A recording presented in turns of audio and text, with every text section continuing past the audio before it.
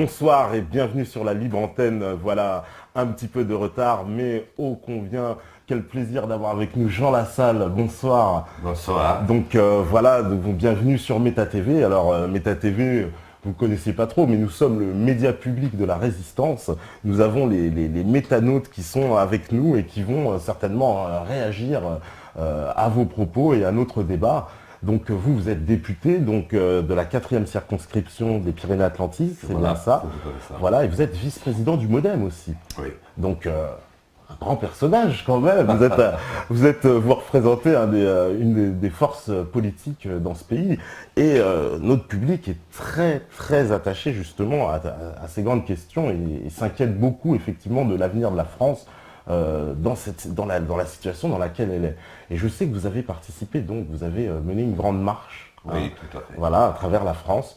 Et vous en avez conclu que on peut dire, l'un des grands maux, un des grands problèmes en tout cas pour les Français, c'est cette appartenance à la construction européenne et en particulier, on peut dire, la Constitution qui a été rejetée en 2005 et adoptée ensuite on va dire par cette procédure du Congrès, par les sénateurs et les députés, on va dire, contre l'avis du résultat, qui avait été quand même un non assez clair en 2005. Comment vous êtes arrivé à ça? C'est-à-dire, ça, c'est vraiment un sujet qui était récurrent dans les réponses des gens? Alors, il n'était pas, alors bonsoir d'abord à toutes et à tous, il n'était pas le seul. Disons qu'il m'a surpris dans la mesure où je ne l'avais pas vu venir avec cette intensité-là.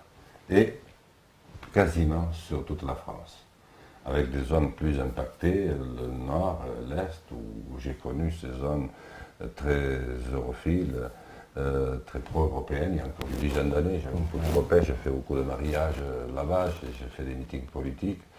Et là, j'étais vraiment surpris. Alors, il faut resituer l'affaire dans le contexte. Bien entendu, il n'y a pas que ça que j'ai retenu de ma longue marche. J'ai retenu, bien entendu, d'abord, comment je dirais, la crise humaine qui frappe très durement notre pays. Après, c'est mon analyse, mais ce changement de monde qui est intervenu il y a 25 ans avec la chute du mur de Berlin, le modèle unique, et nous étions heureux parce que c'était le nôtre qui avait gagné.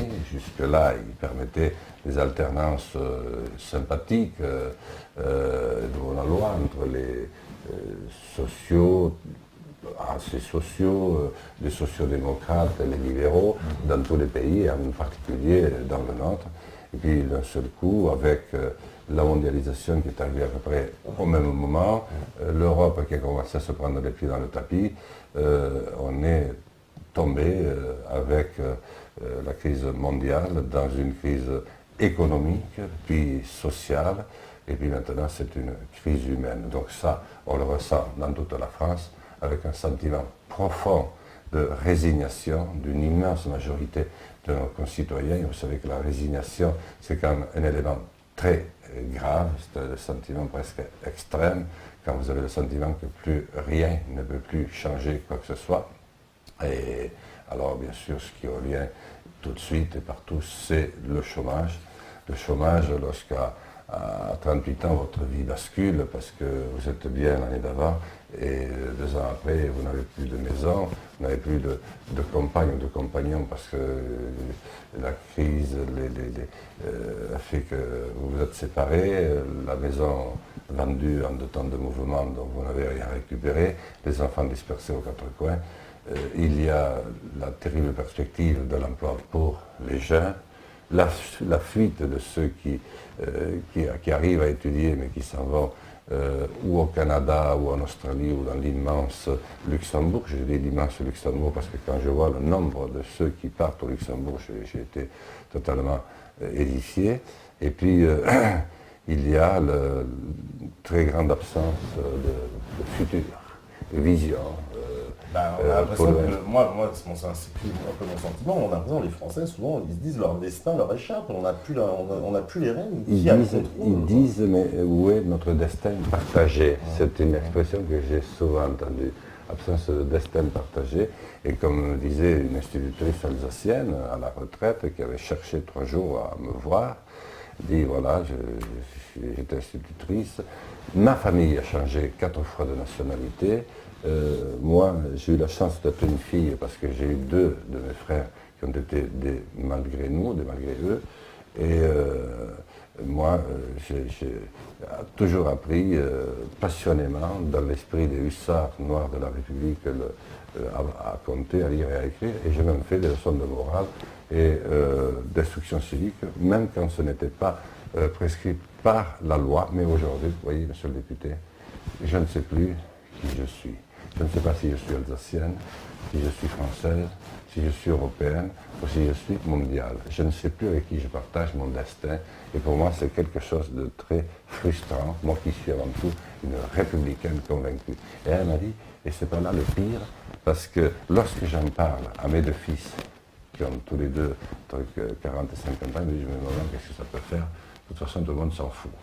Et quand j'en parle à mes petits-enfants, qui ont une vingtaine d'années, qui sont adorables, ils me disent, écoute, mamie, on t'aime bien, toi, avec ton monde foutu, c'est le nôtre, on n'a rien à voir avec ça. Alors, qui suis-je, monsieur le député? Est-ce que vous pouvez m'aider à y voir clair dans ma vie? Vous voyez, ça traduit bien, ça traduit très bien toutes les intégrations. Donc, il y a celle-là, et puis, il y a, je l'ai ressenti aussi, et c'est assez curieux de ressentir ça, parce que c'est pas ce qu'on pourrait trouver comme une recherche de volonté de reconstruire un État qui a été détricoté pour retrouver égalité des chances pour tous sur l'ensemble du territoire. Elle a voulu ça, parce que c'est dans les traités européens, on a donné notre souveraineté comme ça. Et moi, j'ai une question à vous poser, c'est comment les députés, par exemple, qui portent une responsabilité, puisqu'ils ont signé en congrès donc, cette constitution qui a été rejetée. Je ne sais pas, vous l'avez signée Non, j'ai voté contre. Vous avez voté contre. Je ne pouvais pas voter contre, nous n'avons pas été très nombreux,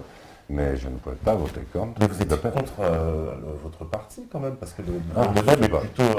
oui, bien sûr. C'est pas la première fois que j'étais contre. Mais vous êtes quand même un ovni quand même dans cette Assemblée nationale. Vous êtes extraordinaire. Non, un ovni, je suis quand même un homme, mais...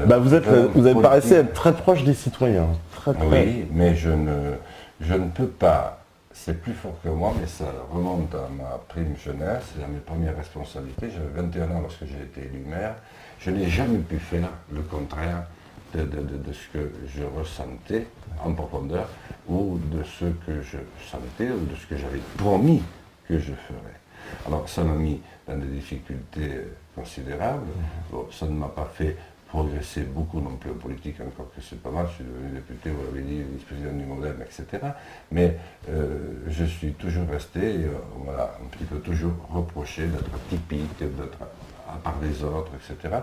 Moi, je considère que je ne suis pas à part des autres ni atypique, je considère, sans porter de jugement sur les autres, que je reste sur ce qui me semble être la cohérence et de ma vie et de l'engagement public qui est très important. Personne ne vous oblige à solliciter le vote de vos concitoyens. C'est un acte que vous prenez, personne ne vient vous chercher. Mais vous avez beaucoup de force quand même pour entrer, mettre vos convictions devant les consignes de parti, puisque tout le reste du parti était quand même plutôt pour le traité. Tout le parti. Ouais. À tout le parti. Et ce que j'ai reproché, d'ailleurs, j'ai dit, nous le paierons très cher, tous. Ouais. C'est le jour, ça a été un jour terrible pour moi. Vous voyez, je me souviens que c'était aujourd'hui à Versailles. Et voter contre le peuple, et effectivement, vous avez raison, vous l'avez dit en démarrant, c'est un des éléments qui a frappé, qui a choqué, et qui fait qu'il y a cette rupture. C'est pas le seul, parce que il y a quand même 25 ans de promesses non tenues par les gouvernements successifs. Il y a un autre élément qui a fait déborder le vase, c'est la dernière campagne de François Hollande, avec toutes ces promesses, moi président, et puis avec une politique qui, d'après les Français, s'apparente quand même terriblement à celle qu'a conduite Nicolas Sarkozy. Donc on a l'impression que vous avez tous fait les mêmes choix à un moment donné. Vous ne vous avez jamais consulté. Vous vous êtes tous alignés sur le libre marché, le marché unique, et puis la libre concurrence. Vous avez fait une jungle. Et parlant de l'Europe, vous nous avez dit qu'on allait ici, dans les pays les plus avancés démocratiquement de la planète, pays qui sont en train de déchirer et saigner jusqu'au dernier sang, construire un espace de fraternité et d'entraide très sociale. Et en fait, vous avez construit une véritable jungle où tous les coups sont permis. Ouais. Le micro qui est sur l'intérieur. D'accord, on va juste changer. D'accord, je vais le mettre de l'autre côté. Ah, d'accord. Parce que vraiment. Mais Ouais, ça va. Voilà. Je peux le mettre sur la cravate, ça va être parfait. Voilà, très bien. Voilà, Merci. comme ça, super. Voilà, c'est en direct, ne vous inquiétez pas, nos internautes sont habitués. Et donc, parce que ça, c'est extraordinaire, parce que c'est vrai que c'est un passage de notre histoire qui a beaucoup marqué. Je pense qu'il a été un basculement que, comme vous dites, vous mesurez un peu les conséquences maintenant de cet événement, qui ont été un peu sous-estimées à l'époque, parce que moi, Pas pour moi. Pas pour vous. Vous m'avez pu, oui, mais non, mais c'est bien ce que je vois. Oui, mais je l'ai dit. Vous les avez mis en garde en disant attention. Ouais. Parce que une formation, je ne l'ai quand même jamais quittée à partir du moment où j'y suis resté. Il y a deux raisons à cela. D'abord, j'étais libre d'y rentrer, et j'estime que quand on fait partie d'une famille, même si je n'ai pas partagé tous les aspects, mais dans quelle famille peut-on tout partager? Il y a aussi la vieille amitié qui me lie à François Bayrou, compatriote. Il parle de vous comme un frère, il dit que vous êtes son frère. Oui, je lui renvoie le compliment, je le pense aussi. Mais vous voyez, sans adhérer totalement, encore depuis que c'est le mouvement démocrate, je suis plus à mon aise. Mais lorsqu'il y a eu quand même la période UDF, avec quand même des moments très libéraux, au sens français du terme, pas au sens américain. Oui, qui étaient d'ailleurs américaines. J'ai quand même beaucoup souffert et je ne me suis pas beaucoup mis en avant parce que je ne partageais pas, je n'étais pas non plus en situation de partager puisque je ne suis député que depuis 2002. Mais j'ai toujours, à ma manière, lorsque je n'étais pas d'accord, lutté pieds et mains de toutes mes forces pour dire que je n'étais pas d'accord. Et ça m'a conduit à une série d'actes. Bon, depuis que je suis député, ils ont pris une ampleur nationale, mais j'avais déjà fait ça dans mon propre département, dans mon propre territoire. C'est pour ça que j'ai chanté à l'Assemblée. Vous avez chanté à l'Assemblée. Pour interrompre Nicolas Sarkozy, parce que je considérais que sur un fait, il y avait un déni d'État, c'est-à-dire un désengagement de l'État absolument inacceptable. C'est au propos de la construction du tunnel de Somport, dans lequel je m'étais beaucoup engagé, sur lequel l'État devait accompagner et surtout devait aider à réaliser l'amélioration de la route entre Oloron, Sainte-Marie et la frontière. Il n'en a rien été, et en plus on devait avoir une gendarmerie et un centre de secours. Et les deux tunnels des Alpes venaient de flamber violemment, faisant des centaines de morts. Et Nicolas Sarkozy nous avait enlevé la gendarmerie et avait mis son veto à la construction d'un centre de secours. Il y avait 50 km entre son port et puis les grandes unités de secours, 50 km plus bas par une route de vicinale, où il y avait des camions partout, etc. Donc après des mois et des mois pour essayer de convaincre, un jour j'ai fait ça. Ensuite j'ai fait la grève de la faim. Vous avez fait cette grève de la faim, ouais. Parce que je ne pouvais pas supporter qu'une entreprise qui gagnait de l'argent sur une idée très simple, c'est-à-dire un semi-remorque de lingots d'aluminium par mois, qui font travailler 150 personnes. On en extrait le pigment qui donne la poudre d'aluminium, qui permettait une poudre explosive qui a servi au missile Exocet et surtout à la fusée Ariane. Donc c'était pas rien. Et puis surtout l'autre partie qui a permis de peindre entre 50 et 60% des voitures métallisées du monde. Et cette entreprise a gagné de l'argent. J'avais été la récupérer moi-même au Japon, lorsque le groupe canadien qui était avant s'était désengagé, et puis qui ensuite s'en allait sur le bassin de lac, où Total partait, après avoir gagné des millions, surtout aussi enregistré des concessions pétrolières dans le monde entier, avec Elf et les fameux épisodes un petit peu haut oui, en bien couleur. sûr, mais ces délocalisations, moi j'ai une question, parce que alors, il y a un article dans le traité européen, justement l'article 63, qui autorise et en fait interdit d'interdire toute restriction aux échanges de capitaux, c'est la porte ouverte aux délocalisations. Comment est-ce que, justement, c'est pourquoi est-ce que c'est parce que ce sont ces traités qui ont ramené cette situation-là. Moi, je ne comprends pas pourquoi on n'explique pas ça, parce que clairement, qu'est-ce qui s'est passé en France pour qu'on en arrive à cette désindustrialisation totale et voilà, toutes les usines ferment les unes après les autres et que ces personnes-là soient obligées de délocaliser, parce que finalement, je pense qu'il y a quand même des patrons honnêtes, tout le monde ne délocalise pas juste pour des questions de profit, c'est à un moment donné, c'est une rentabilité aussi. Si c'est plus possible, on ferme. Mais ça, voilà. Mais ça, on peut le comprendre. Mais pourquoi on autorise ça? Pourquoi c'est ce genre d'article? Mais on l'a encouragé, d'une certaine manière. Ce n'est pas venu comme ça avec l'air du temps. Et vous avez raison d'insister sur le fait que notre pays, sur le plan industriel, en quelques années, est un pays à terre. Nous avons perdu 500 000 emplois en quelques années seulement. L'agriculture, on en parlera peut-être, n'est pas en meilleur état. Mais il y a un autre fait qui est quand même de notre faute, il faut dire les choses comme elles sont, c'est que nous avons tous ces textes européens, nous les avons transcrits en droit français, parce qu'il fallait les transcrire, sur ordonnance présidentielle. C'est-à-dire qu'il n'y a pas eu de débat. Donc, le peuple français n'a jamais été associé, il n'a été associé qu'à la fin de grands débats tels Maastricht, ou le débat auquel nous faisions référence, parce que tout était ficelé, mais jamais on ne les a tenus au courant de ce qui se préparait et de ce qui se faisait réellement. Parce que si on avait voulu le faire, eh bien, il suffisait qu'à l'Assemblée nationale, d'une manière publique, on organise les débats pour la transcription de ces textes européens en droit français. Et là, les Français auraient pu juger et estimer ce qui était en train de se faire. Or, et ça a été fait et par la droite et par la gauche, et les plus graves sous les deux périodes de cohabitation, c'est-à-dire où les deux étaient en place en même temps. Vous vous souvenez des ordonnances que M. Mitterrand n'a pas voulu signer à M. Chirac. Vous vous souvenez, tout ça tournait autour du même pot. Ensuite, ça a été M. Mitterrand et M. Balladur.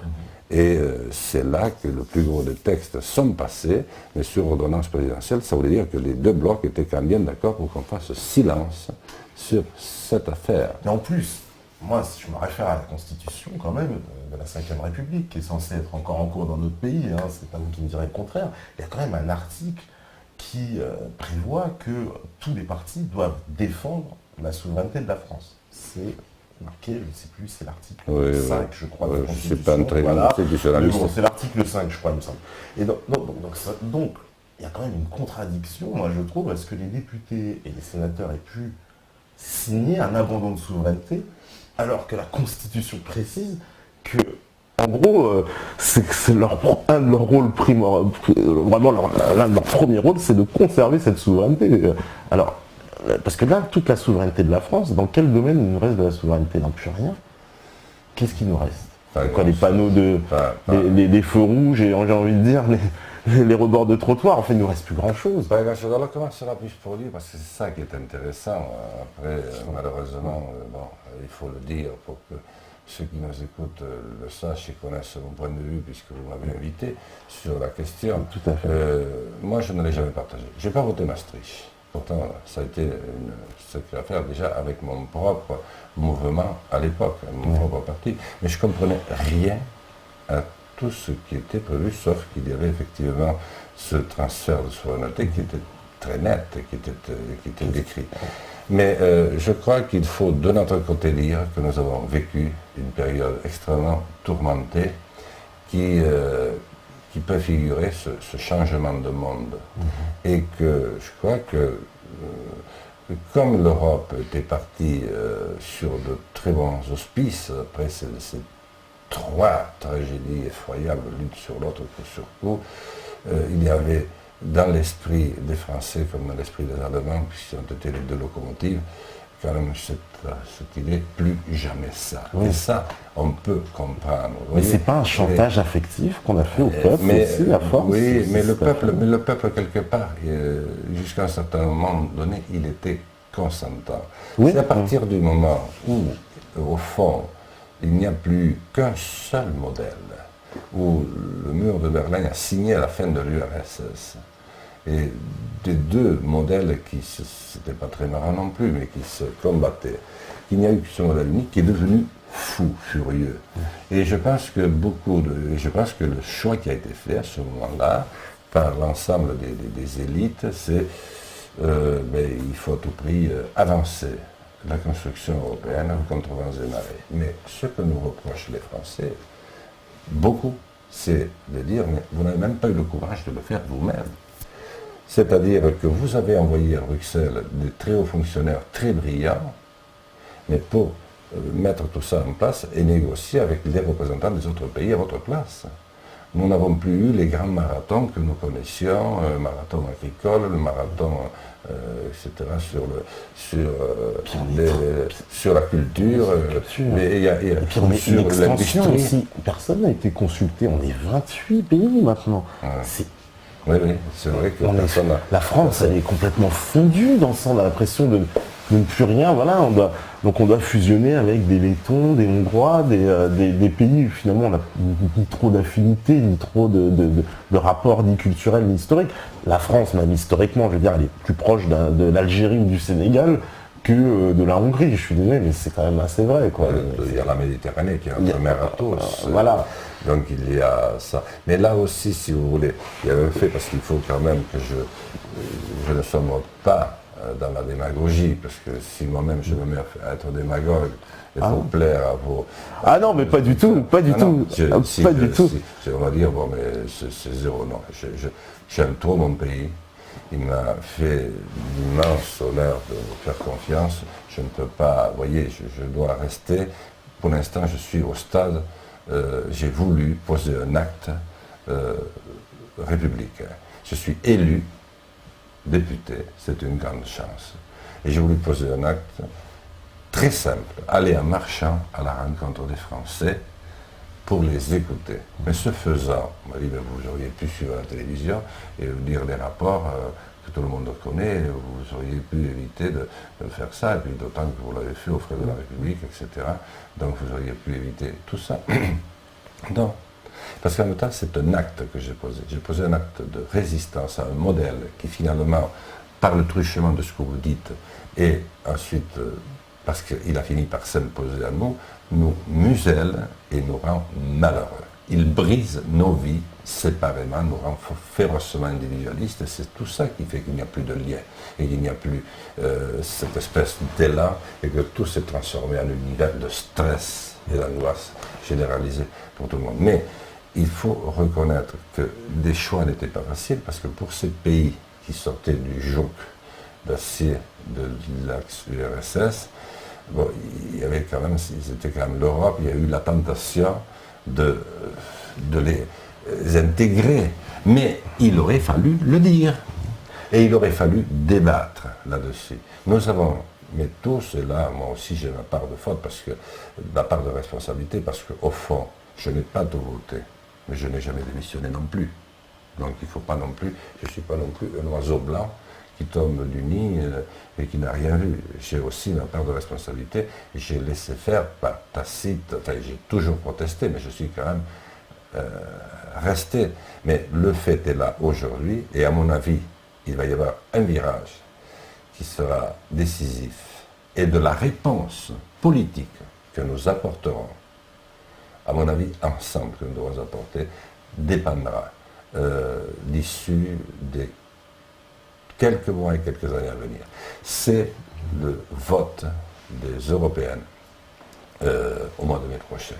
Parce que beaucoup de Français... Oui, mais est-ce que les élections européennes, elles vont... Parce que clairement, le pouvoir exécutif en Europe, il est aux mains de la Commission. Il n'est pas du tout aux mains du Parlement.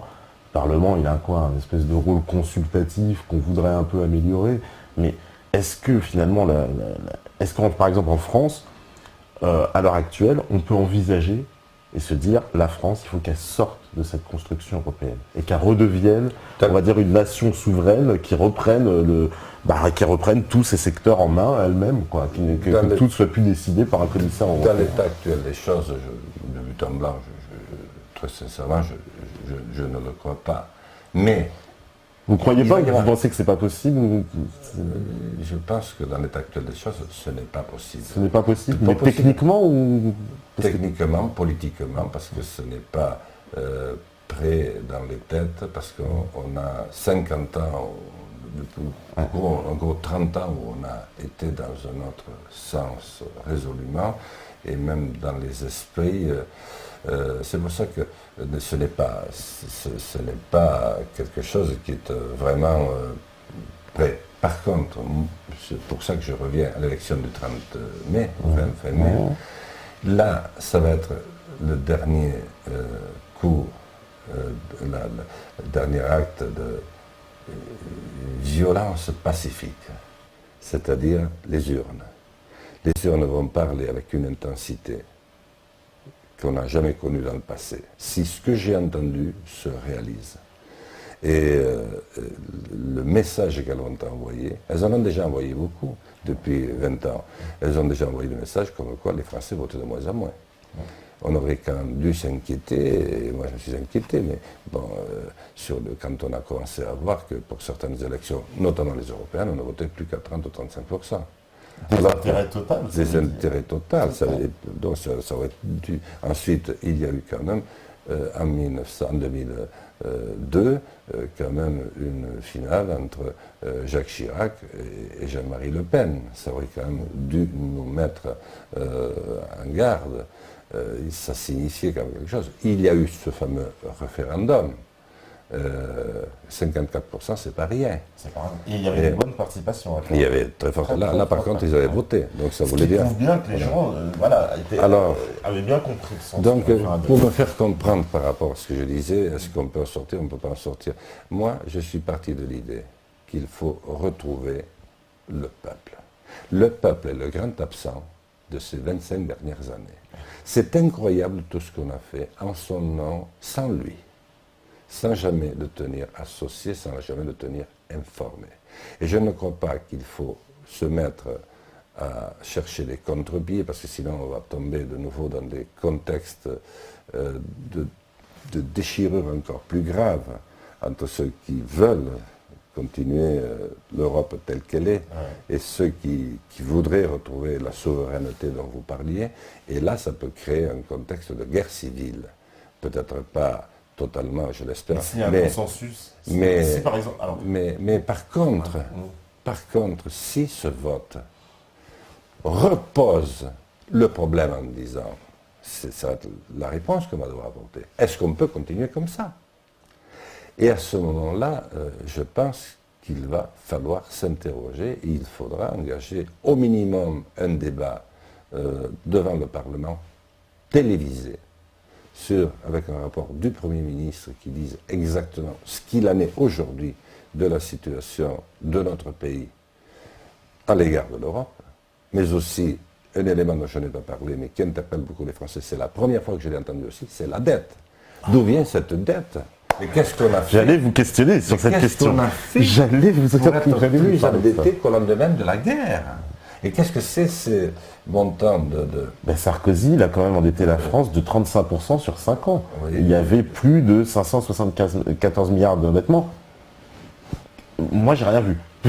Mais on est beaucoup à avoir rien vu. On se demande, mais dans quoi? Et alors, il y a une question. Alors là, j'ai une question très précise pour vous.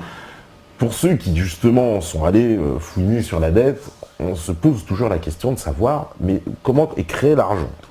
Et ce qu'on apprend, c'est que l'argent est créé donc par la Banque Centrale Européenne, qui le crée ex nihilo et qui on va dire, qui le revend à des banques à un taux très faible, un taux directeur de 1%, alors que finalement, ce que fait la Banque Centrale Européenne, et puis nous, marché, nous sommes obligés d'aller emprunter après auprès d'organismes privés qui, eux, nous le revendent encore plus cher, avec des intérêts encore plus grands, alors qu'on pourrait très bien, je veux dire, créer tout l'argent dont on a besoin en se passant de cette banque centrale. Et on ne comprend pas pourquoi le pouvoir politique protège les banquiers de ce privilège suprême qui rend en esclavage toute la société. Parce que quand on comprend quand même ce principe élémentaire de la création monétaire, on se dit, mais alors pourquoi la création monétaire est aux mains des banquiers privés et elle n'est pas une prérogative d'État, alors que le général de Gaulle avait quand même, avec le CNR, nationalisé la Banque de France. C'était un geste qui allait dans ce sens-là.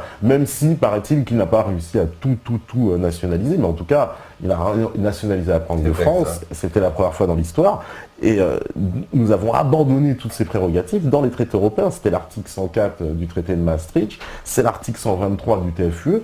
On se dit comment est-ce qu'on a pu signer un truc pareil? Puisque c'est ça qui nous rend en esclavage. Les peuples d'Europe, si on crée nous-mêmes notre monnaie, on ne paierait plus ces intérêts incroyables. Puisque il y a 60 milliards, c'est ça dans le budget de la dette par an, 60 milliards, c'est énorme. Alors effectivement, c'est des questions... C'est une question de fond, hein, vraiment. C'est pour ça que je l'évoquais aussi, parce qu'elle est revenue pratiquement partout, alors qu'elle ne revenait pas. Et encore, vous voyez, les Français, dans ce que j'ai vu, ils disent, ce qui est dû est dû. Mais alors, ces immenses intérêts, dont on sait que ce n'est que du papier, mais ça conditionne totalement maintenant vos orientations politiques. C'est-à-dire, vous êtes obligés de rogner sur tout, de revoir les retraites, de revoir les salaires, vous ne pouvez plus investir, vous ne pouvez plus augmenter d'un demi-point le SMIC qui nous permettrait de relancer un petit peu d'économie. Finalement, on fait du surplace, mais on recule terriblement. Donc, mais c'est vrai pour la Banque européenne, mais c'est vrai pour Wall Street, qui n'a jamais été aussi florissant. Et puis, ça c'est dur à avaler aussi pour les Américains, la capitale de la démocratie, paraît-il, qui est endetté depuis 50 ans à un taux abyssal et qui continue à émettre de l'argent sans avoir même besoin de l'aval du président des États-Unis, dont on dit que c'est l'homme le plus puissant du monde. Alors vous voyez, moi j'ai quand même une explication à cela. En fait, et nous devrions être avertis, c'est pour ça que je le dis, ce n'est pas la première fois que ça arrive dans l'histoire. Parce que c'est chaque fois qu'il y a eu un processus de mondialisation, et pourtant moi je ne me suis pas opposé à la mondialisation, je suis à la fois maire d'une des plus petites communes de France, 150 habitants depuis 37 ans, et je viens me représenter, je ne sais pas si on va me faire confiance, et en même temps je suis président d'une association mondiale, l'association des populations des montagnes du monde. Donc j'ai à la fois, comme disent les économistes, un rôle local et un rôle global. Et je me rends compte que finalement, ce que l'on voit en France, mais on le voit, nous avons 78 pays qui participent, mais nous le retrouvons partout dans le monde. Alors jusqu'à maintenant, les pays les plus avancés avaient été épargnés par ces crises. Oui. Maintenant, ils sont en plein dedans. Alors, moi je dis que, regardons l'histoire, lorsque Vasco de Gama, Magellan et les autres découvrent les Indes et les Amériques, la main de puissance financière, d'argent, qu'ils ramènent dans les ports, à Marseille, pour ne parler que de la France, à l'époque, déstabilise complètement les pouvoirs en place. À l'époque, c'était les monarchies. Et l'État espagnol, l'État portugais, l'État français se trouvent déstabilisés. Le début de l'Italie, la Hollande qui était plus avancée, et même la toute puissante Angleterre, déjà, la Grande-Bretagne, se trouvent déstabilisés. Mais le facteur temps était beaucoup plus lent qu'aujourd'hui, dont les révolutions sont intervenues que 3 ou 4 siècles après. Mais l'argent, comme disait Confucius, est le meilleur des serviteurs et le pire des maîtres. Mais il veut être le maître. Donc il est plus à l'aise entre les mains de ceux qui le font fructifier rien que pour en retirer encore plus d'argent qu'entre les mains de ceux qui ont la responsabilité de conduire des États avec tous les passages obligés que cela fort heureusement impose. Le social, la scolarité. Comment on peut les asservir, ces puissances d'argent? Comment? Alors, je vais peut-être faire. Je commence à poser le constat. Hein, et finalement, ensuite, le puissant, il est à même d'organiser à l'époque les disettes, puis ensuite les famines, et puis ensuite les guerres. Voilà, jusqu'à la déstabilisation quelques siècles plus tard. Regardez ce qui s'est passé à l'orée de 1900, de l'entrée du XXe siècle. Les mêmes comprennent que le monde va de nouveau se rapprocher, que maintenant on sait qu'il est monde depuis ses découvertes, on sait comment il est, mais qu'avec la technologie nouvelle, il va se rapprocher très rapidement et avoir une capacité de commerce extrêmement forte. Eh bien, là aussi, les États se laissent damer le pion et on retrouve très rapidement des puissances considérables. Pourquoi? Parce qu'ils ont compris que ces trains qui s'étendent à perte de vue à travers les Amériques et l'Europe, que ces étranges petits engins qui commencent à voler, qu'on appelle les avions, que ces immenses bateaux que l'on sait construire maintenant et qui peuvent traverser toutes les mers et tous les océans, et puis que ce drôle de liquide que l'on a découvert, qui s'appelle le pétrole, va donner une source d'énergie que l'on croit inépuisable à l'époque. Voilà, on se dit, en plus avec les ondes courtes, les ondes longues, etc., et le téléphone, etc., il va y avoir un rapprochement. Mais au lieu d'être maîtrisé très vite, les démocraties de l'époque se laissent mettre sur la touche, et c'est le même processus. Alors Roosevelt essaye bien par sa prohibition de mettre de l'ordre, mais ailleurs on est complètement débordé. Et qu'est-ce qu'on retrouve très rapidement à la tête des États? Eh bien, des monstres fantômes, mais qui ont quand même derrière, qui retrouvent derrière eux la puissance de l'argent. Bah ouais, on trouve des puissances de l'argent à chaque fois. De nouveau, de ce contexte. Ouais. C'est pour ça qu'au fond, de tous les fonds, je n'ai pas pu m'empêcher de marcher. Parce que je me suis dit, il est quand même minuit moins 10. Quand on regarde ce qui s'est passé, on retrouve aujourd'hui, assez curieusement, un même phénomène. C'est-à-dire qu'au fond, les démocraties, nous avons avancé, nous avons connu les 30 glorieuses, et puis nous avons continué à faire comme si tout se passait bien. On s'est étendu à perte de vue sans consulter nos peuples et sans les faire adhérer pour qu'ils soient vraiment derrière nous et qu'ils comprennent et qu'ils adhèrent. Et on a laissé se vider les caisses des États pour aller vers les mains des spéculateurs sans foi ni loi. Et nous en sommes à ce niveau aujourd'hui. Ben oui, parce que cette puissance financière qui aujourd'hui, et c'est voilà, je suis très content qu'on ait abordé le sujet de la dette et de la finance, parce que je sais que c'était une des choses, parce que je pense que les Français, justement, aujourd'hui, ils connaissent beaucoup mieux les mécanismes économiques qu'ils les connaissaient il y a 10-15 ans. Ils savent beaucoup mieux comment ça fonctionne. Et c'est pour ça que ça les inquiète beaucoup de savoir que le pouvoir politique répond sans cesse, on va dire, positivement, ou tout au moins répond à toutes les demandes du pouvoir financier. Et le pouvoir financier, et maintenant on le voit bien, c'est que le pouvoir financier, les ordres ils viennent du FMI, quoi. Ah oui.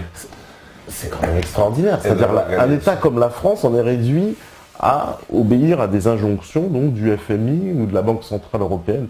Donc c'est ces gens qui ont le pouvoir, et ces gens-là sont élus par personne. Parce que finalement, ils nous disent toujours, oui, on est indépendant. Hein. Mais en fait, ils sont indépendants du peuple, finalement. C'est la fameuse indépendance de la Banque centrale, c'est une indépendance, en fait, de la souveraineté des peuples. Comme ça, ils font ce qu'ils veulent. En gros, ils n'ont absolument aucun compte à nous rendre. C'est comme ce traité du TSCG qui a été signé aussi dans le dos, encore une fois, parce qu'il aurait dû avoir un référendum. Enfin, Hollande avait dit, quand il était dans l'opposition, il avait dit, moi, ce traité, j'aurais fait un référendum, etc. Il fustigeait Sarkozy. Et puis, quand il est arrivé président, il avait oublié le référendum, et puis ils l'ont signé au bout de 8 jours. Je crois, le TSCG, ça a été signé dans les... 2 mois après, oui. Ouais, 2 mois après, ça a été signé très très vite. Mais ce traité, il est incroyable quand on décortique. C'est sur un mensonge en disant, j'ai introduit, j'ai modifié complètement le préalable. C'était bidon, ça. Et alors que c'est une phrase qui n'a aucun sens parce qu'elle n'est même pas intégrée dans le texte fondateur. C'est exactement le même texte que Sarkozy devait signer. Ils ont fait une bidouille ils ont repris des budgets qui étaient prévus avant, puis qu'ils ont rajouté dans ce truc-là, mais en fait, ils n'ont absolument rien changé. Et le traité, il l'a signé tel quel, quoi. Alors qu'il avait promis, etc. Et ce traité est assez incroyable, parce que quand on s'y intéresse, on voit que ce TSCG, il peut en gros, nous exiger des sommes. On ne peut pas les attaquer, ils ont une immunité judiciaire, immunité absolue, on peut pas savoir ce qui s'y passe, ils font ce qu'ils veulent.